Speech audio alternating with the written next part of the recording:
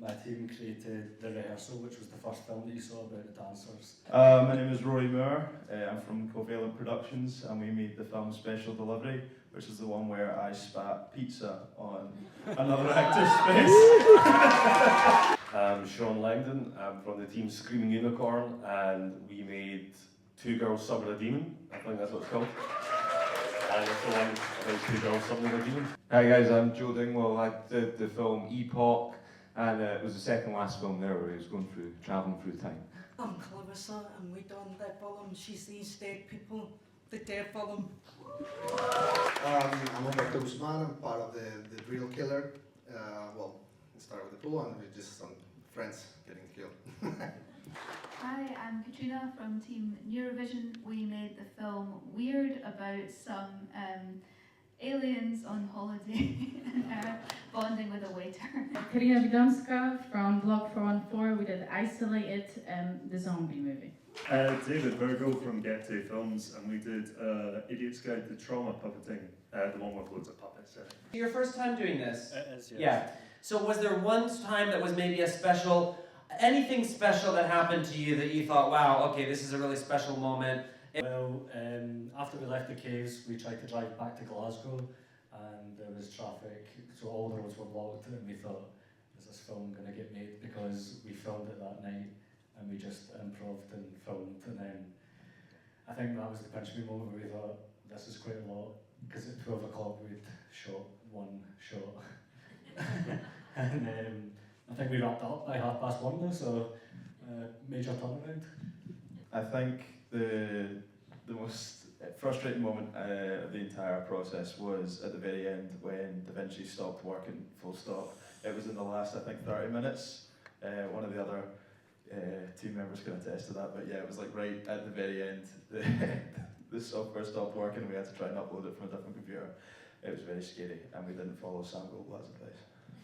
A kind of challenging moment was getting to the location at bang on 10 AM and all the doors being locked and there'd been no sign of anyone being there to let us in. But it was kind of a pinch me moment when they arrived 10 minutes late, which was very good. But the biggest pinch me, can't believe this is real moment, and the highlight I think was when we filmed the shot of the shoes of Tyrone coming down the stairs. Because I just think it looks so sexy. I think it's a sexy pair of shoes. And it was all handheld, and I just remember like filming it in one take and turning to my gaffer, and I was just hugging each other because we thought it looked so cool. So that was definitely a cool pinch me moment. To be honest with us, I think we had about 10 of those moments during the day. Like genuinely, it was like we were looking for a baseball bat. We're in the first venue in a bar, and the guy behind the bar was like, "Oh, I've got one in the back room." We're like, "Thank you very much." Then we went to another venue and we were looking for a room to do an interrogation scene, and the guy at the place was like, "Oh, we've got a room, it's called the murder room, that's what we call it." We said, "Thank you very much." And then we had 2 minutes to get out of that place. It was like, right, we need to get a running scene, and we just ran all the way through back to the cars, and it looked incredible. Thank you very much. And then the last one was when we were actually exporting the actual film, and it was like literally 7:28, and it had to get in for 7:30. And on 7:29, it uploaded, put it in, eligible. Thank you. I think a pincher's moment was that wasn't actually stressful because we're doing a mockumentary, so we're very improv and we actually had fun. So that was quite bizarre, yeah. And it was quite crazy because just getting invited for this, we have a lot of stuff in the bunker itself, like randomly was placed. Somebody put the lighting, somebody was like directing the character, so it was quite easy to do it, quite fast forward. But they're just stressing the classic ending line when you have to edit it and you just do it in 4 hours because you slept, and I shouldn't have.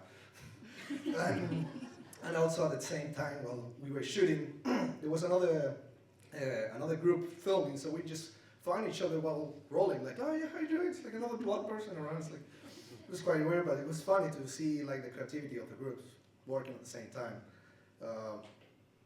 When I saw what Bo had done with the other guy's makeup, and like also watching everyone's performance, and when we got the dog to get involved, that was brilliant. I didn't know we were going to have that until the last minute.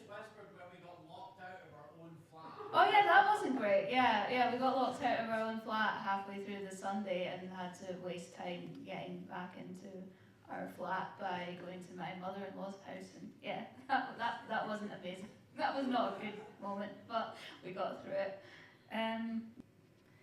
I suppose it was funny at the start because it was like lovely weather, we shot up north, we're slowing down to see all the cute animals, and then like cut to the day after, like heavy rain on top of this hill, being like, what are we doing? Like, let's, maybe not. But we did it and it worked out, and I think it worked for the film. I think the pinch me moment for us was on the Saturday after all the shoot had wrapped, was just seeing the state of the floor in my flat with the amount of confetti everywhere, and it followed us it still follows me. I sit down in clothes that I didn't even wear, and bits of confetti fall out of me. So yeah, it's all the confetti and clean it up. It was right at the back of Film City. They used that old theatre for a bunch of random stuff, but luckily it was completely empty, and that's where the UWS Masters course is taught. So I was just in class and I asked the reception, could we film in there? And thankfully it was just completely empty, and we managed to get free roam of the place from 10 till 5. But yeah, I thought, I think we could do that. We've never done it before, but I thought we could. So basically it was just, we get a clean slate of the stage, locked off camera, and then we have Tyrone do his performance with the green screen behind him and just have him look like he was floating. And thankfully, I think the shot that really sells it is the close-up of the foot kind of coming up, but Tyrone does like mixed martial arts, I think it is, so he was just very flexible and was able to lift his foot out of frame completely. And yeah, it was just really simple, green screen, clean slate, and TJ's wonderful editing to get it done. The rain definitely slowed us down. We had so many other scenes that we wanted to shoot. I just ran out of time because it was just like, you shoot for a little bit and then you see this big massive cloud coming, and then you're like, right, you have literally 5 minutes to shoot a bit, and then you're going to spend the next 15 minutes, like 5 of us under one umbrella, camera in the middle kind of thing. So it definitely did slow us down, but I think in the end it kind of helped, and the weather kind of becomes a character in the film, so I'm glad it was there. So do you think there's more? Would you like to develop it more? Oh yeah, absolutely. I mean, I was saying to the guys before, there's only 3 of us that have actually seen the film before we got here. Pretty much most of the team is here, and we said, oh, we'll do the first screening here today. But that last scene with the cowboy scene, we edited that in the edit with just the dialogue, and it was 5 minutes long. Yeah. Like that actual bit with no pauses or anything. So we were like, you know what? After it, we could literally turn that into easy, like 10 to 15 minute film easily. So I think we're actually going to do that as well, because we had so much footage from it as well. So and also because of the 7-minute cap, we had to cut a lot of stuff and a lot of funny stuff out as well, and a lot of cool stuff. So yeah, definitely 100% we'll do that as well. Yeah. So look forward to seeing that. Yeah, no, we filmed almost every part of that about 3 or 4 times, because there was so many moments, like I don't know, for the beginning one in the house, I still think about the pizza flying up and me trying to look at it. We had to film that like 6 times in 120 FPS to try and get it to look right, because either I wasn't looking at the pizza or the pizza wasn't facing the camera. So it was, yeah, we had to redo it a lot of times. You made a brilliant fight. Are you excited? Is that, you know, have you done this kind of thing before, or did you kind of learn it on the fly? It was a bit of both. We played with the idea of going with horror, but it kind of, I don't know, we prefer doing more wacky stuff. Some of the members of the team had done kind of crazy, insane fight scenes before, so we luckily had that to lean back on. We did the storyboards and then realised that the camera angles didn't match up with the kitchen, so half of it was just, probably more than half of it was just freestyled, and then the other half was based off the actual storyboards. Really, really great fight choreography. Did you Foley in sound effects afterwards? Yeah, we did a lot of Foley, especially some of the outdoor scenes as well. There was a lot there. It was great. I love the spoon moment. It was really challenging because our DOP doesn't normally do mockumentary, so when he saw it, he was like, oh fuck no, this is like arty, he likes, you know, that kind of film. But then we decided just to kind of let go, and he also decided just to let go, so it was actually quite a lot of improv, and there was a lot of, like, even the fingers sticking up, that was our DOP's idea, so he was having fun, and I think that's probably what made it funnier, was because we were having fun, yeah. It happens all the time. I just text, go, oh yeah, I'm dead. I just want to say, I think I've done that to you. Autocorrect. One of our members, Ben, had kind of written a story for puppets. I just kind of mentioned it offhand to the director, and he was like, "Yeah, let's just do puppets then." And I was like, "Oh, that's going to be quite a lot of work." He was like, "Yeah, I'll just do puppets." So none of us had filmed puppets or anything like that before, so it was a completely different style of filming, a completely different thing. So we're always just trying to work with different people and try something new every year. So. Us at Bloke 414, we usually make more comedies and more, I don't know if you would say sillier kind of themes. And this year we went for something more serious, just to give our team an opportunity to try some other stuff. Let Joey do some serious acting for once, let Jordan do some scary sounds. Just experiment, trying new things, but the rule is always, if you're not enjoying what you're making, then I feel like it's hard for the people watching it to enjoy it. So I think we're gonna do comedy again next, just because this one was such a hard shoot. I feel that, but I think as we get more like confident in the process, and we're like, oh no, we know we're gonna, or we hope we know that we're gonna get the film in. So it's more like, how can we kind of do something a little bit more creative within the 48 hours that we have, and also just make the best use of the things that we have, the people and the things that we have, whether it's the locations or the talented people that we have on the team, or props that we've had. Like, it's just kind of looking like, what do we have at our disposal within those 48 hours, and how can we put that to the best effect, and just have a lot of fun with it. Like, everyone who's on our team has always like got we try and choose people who have really amazing personalities, and then everyone gets along, has a good laugh making it, and I think that makes it, as you say, if you enjoy what you're making, people will enjoy watching it. So I think that kind of chemistry comes across. The bar to bunker has applied last year, but half of the crew just changes, because we have people coming up, and people just come up for 2 weeks, and maybe people have stayed for years. So I will have to answer both questions. I guess the whole process is quite a little bit easier, because we have the bunker itself, and it has so much space you can take advantage of it. But for me, I was just traveling. I've been traveling for 2 years, and I just landed in the bunker. I got invited, oh, you want to join a team for 48-hour films? Oh, hell yeah. So I just lived there.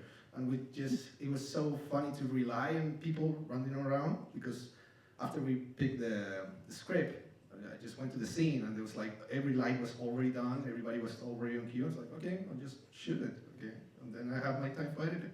So it was quite funny to just arrive and add people, or being added to a team that already have worked with. So a little bit of experience, but half of the team was new experience.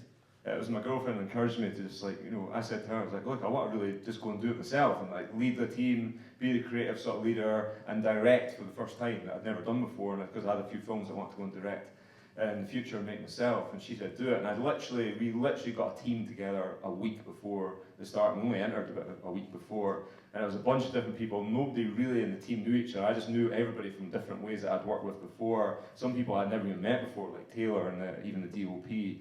There was this, I was like, you know what, I'm just going all out. I'm going all out to make hopefully the best film I can make. And I turned up on the day, and everybody was there right at the start. Nobody even knew each other, and I was just like, right guys, we're going to make a time travel movie where a guy meets a waitress and gets counted to 3 different timelines, and they all looked at me with blank faces, and I was like, trust me guys, just trust me, hopefully it'll turn out alright then. So I was just like, you know what, I'm just going to go for it, because it's my first time doing it, and I think it actually turned out okay.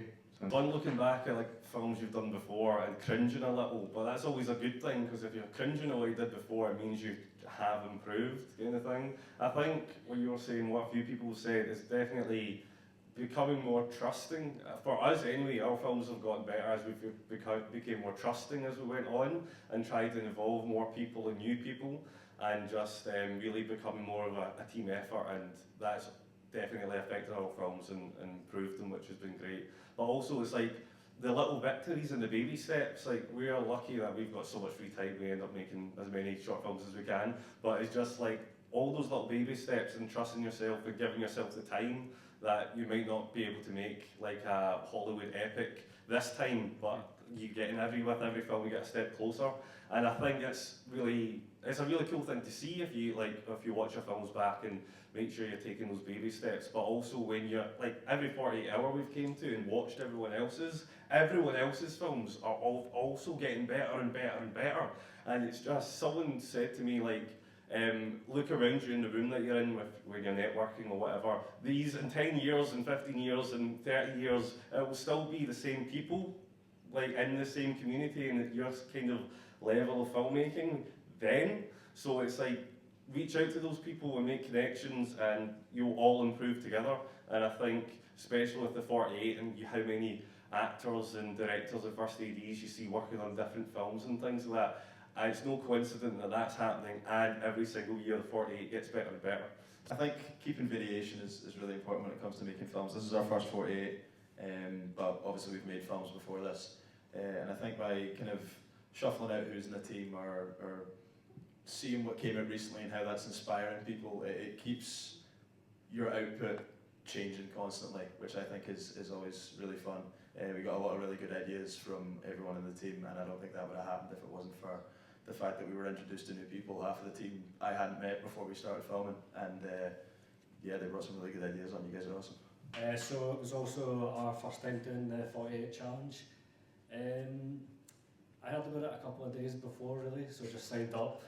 I asked my good friend Michael if he was available. He said he was going to Rome on Saturday, so we just decided we'd do everything that night, and like I was saying, when we drove back from Edinburgh to Glasgow, Michael thought the idea right away, and we thought, well, we actually drew film to film and dance, and we have a team of 4 men, so we don't dance either, and we just thought, maybe this is over for us. But Michael thought the idea right away, and we just thought, let's just go for this. We filmed it on my phone, and my brother, he's never done anything in filming. I just gave him the phone and he recorded it. And yeah, me and Michael just sort of improv the full scene, and then I was watching my daughter on the Saturday, and I had a dinner on Saturday, so nothing got done. And then on this Sunday, I edited it and put the sound to it and handed it in. That was it. So yeah, hopefully